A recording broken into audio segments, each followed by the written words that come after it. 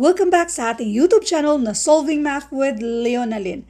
Ngayon, dito tayo sa compound interest. And by the way, ito kay karugtong pa rin to saan sinisend sa isa sa ating mga followers, sinisend ito sa ating FB page na free reviewers with Leonalyn. Ang mga ganito kasing klaseng pagkatanong sa math or yung numerical reasoning, mga ganito kasi mismo yung nasa civil service exam, mga kahalintulad nito. So gamit na gamit ito sa mga mag-i-exam ng civil service exam or yung sa college entrance test or sa LET exam or kung anong exam man yan na merong mathematics. Let's do number 9. What is the compound interest on 1,000 pesos for 2 years at an interest rate of 5% per year? So ano bang kaibahan ng simple interest at compound interest? Meron na tayong video niyan. Sa simple interest kasi, yung mismong interest sa ating principal, yun na yung i-multiply kung ilang taon. Samantalang dito sa compound interest, now let's do number 1. Kung paano ba? Dito muna tayo sa solution number 1 kung saan isa-isahin natin ito. Although meron man tong formula, so yan yung gawin nating solution number 2. 5% of 1,000. Madali lang yan siya. No need mo nang i-convert si 5% to decimal. Although ang 5% kung i-convert mo yung to decimal, i-move mo lang yan siya twice to the left side. Sabay drop yan at merong 0 sa space. So therefore, ang 5% ay equal sa 0.05 in decimal. Pero, wag na natin gawin yan siya. Dito na tayo kasi i-multiply naman siya kung saan meron siyang dalawang 0. Yung dalawang 0 na yan, i-cancel natin yan. Sabay cancel sa mismong yung percent sign sa 5. So, ang i-multiply lang natin ay itong 5 at 10. So, 5 times 10 equals 50. Therefore, ang 5% sa 1,000 ay 50. Again, 5% means 5 per 100 i-multiply sa 1,000. So, 1,000 divided by 100 and this is 10. So, 5 times 10 equals 50. Again, yung pinaka-shortcut nito lang ay i-drop yung dalawang 0 sa 1,000 sabay drop dito sa percent sign. Ang i-multiply lang ay si 5 at saka si 10 and that is 50. Itong 50, yan yung i-add natin sa 1,000. So, ang next ay 1,050 na siya. Compounded kasi yung interest ay include natin na lalagyan pa rin natin ng isa pang 5%. 2 years kasi yan siya. So, ito yung unang taon. Sa pangalawang taon ay yung 1,050, yung 50, in-include na natin, nalalagyan natin ng 5%. So, 5% dito sa 1,050. So, hindi siya basta-bastang i-cancel lang natin yung isang 0 kasi dapat dalawang 0 i-cancel natin para ma-cancel yung percent sign.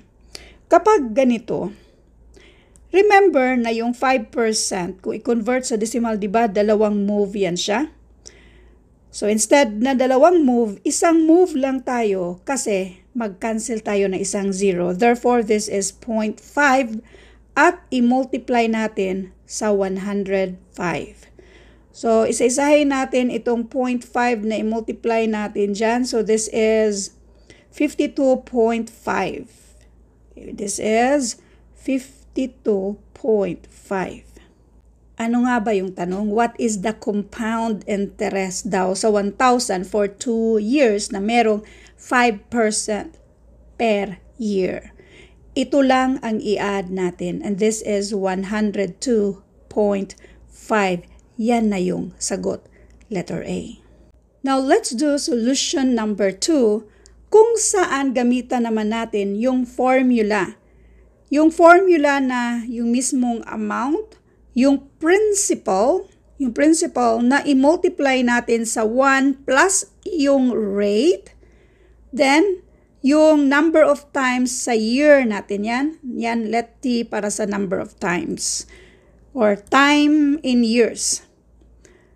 Principal natin ay 1,000. So, constant na yung 1 na i-add natin sa 5%. So, yung 5% natin ay gawin natin decimal. So, therefore, this is 0.05. Ilang year? 2. So, again, yung nasa loob ng parenthesis, isolve muna natin and that is 1.05 na may exponent na 2. Sa order of operations or kilalang PEMDAS na acronym, dapat unahin natin yung exponent. So, ang nandito ay 1.02 na mayroong exponent na 2. Ang ibig sabihin yan ay i-multiply lang natin yan by itself. Ang kagandahan dito kasi pareho silang 5 yung dulo. Kapag pareho yung 5 ang dulo, madali na lang yan siyang i-multiply kasi meron tayong shortcut niyan. Diba itong 10, gawin natin 10, ignore muna natin yung decimal. Yung 10, ang next sa 10 ay 11. So therefore, 10 times 11 and that is 110. So ngayon, doon na tayo sa decimal. 1, 2, 3, 4. Therefore, 1, 2, 3, 4. So, ito ay 1.1025. So, yung nasa loob dito ay equivalent to sa 1.1025. At yan ay i-multiply natin sa ating principal na 1,000. By the way, baka nagtaka kayo ba, paano itong pag 5 ang dulo? So, meron man tayong separate video niyan. Example lang, 25 squared or 45 squared or anong gusto nyo. Yung 75 squared, ang gagawin mo lang, maglagay ka lang ng 25, parehong 25 sa dulo, para lang ito sa mga may 5 na dulo na ini-squared. And then yung katabi sa 5, diba 2, yan siya. Anong next sa 2? 3. 2 times 3 equals 6. Ito namang next sa 45 natin, yung 4 ang next dyan ay 5. 4 times 5 equals 20. And then sa 7 ang next dyan ay 8. 7 times 8 and this is 56. So, ganun lang. Shortcut, bali tayo ba?